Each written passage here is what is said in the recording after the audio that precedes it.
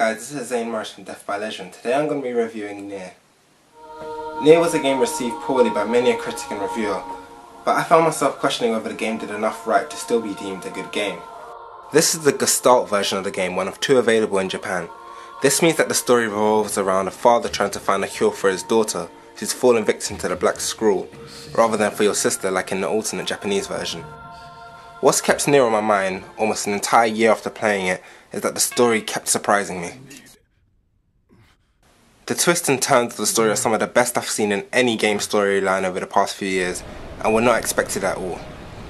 Personally, this makes it comparable with a book on a scale of dramatic turns rather than another game, bringing to mind the argument of whether you can view Nier more as a book for its style of construction rather than a game for its physics.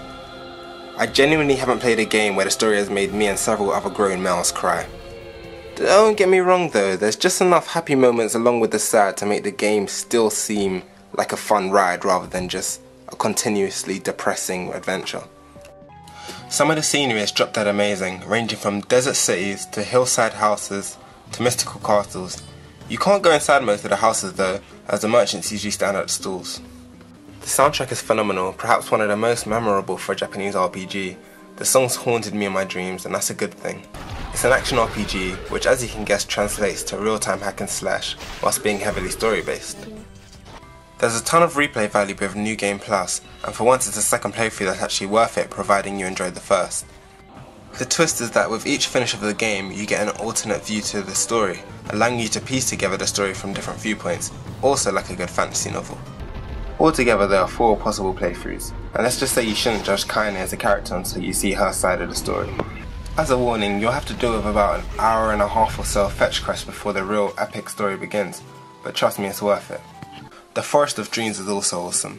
I don't want to ruin what it's like for people that haven't played the game, but it heavily reinforces my novel basis. The game is split into 2 parts. Part 1 is probably the first 8 to 10 hours, the second 11 to the finale. When starting a new playthrough, you can do it a lot faster due to maintaining your level, making the backtracking a lot less monotonous. On the bad side, Nier is an ugly man. People have complained about his awkward jumping animations, but it wasn't until the final quarter of the game that I noticed it.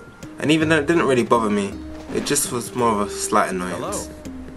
In truth, it also just looks like an upscaled PlayStation 2 game, which isn't exactly a bad thing if you're a quality over aesthetics type of gamer, but this does become a bit of an issue depending on what type of gamer you are. The graphics are also a tad dull.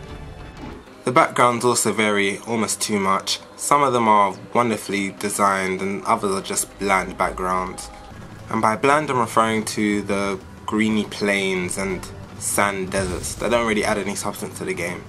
To make matters worse, there's also a hell of a lot of backtracking. As the game is split into 2 parts, it means the first half of the game you see new places and the other half you spend revisiting the past ones. Couple this with several playthroughs and you can see yourself seeing one area at least 8 times. It kind of breaks up the epicness of the story, but aids it at the same time, as each time you revisit places you see parts of the story revealed that you might not have seen the first time around. The map's kind of substandard and there's no quick travel, which makes getting to these areas even harder, but there is a board that can sprint into enemies and power slide, which I guess is alright.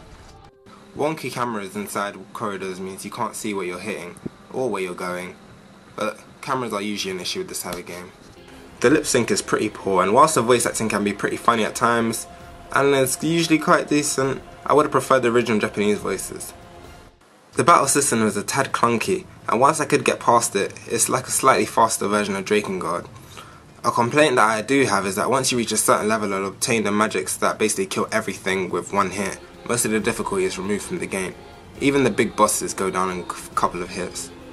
My final verdict, should you play this game? Well, yes, if you want an amazing storyline that's about 15 hours long and will keep you entertained if you're one for RPGs. No, if bad graphics put you off and you don't like the slow battle system.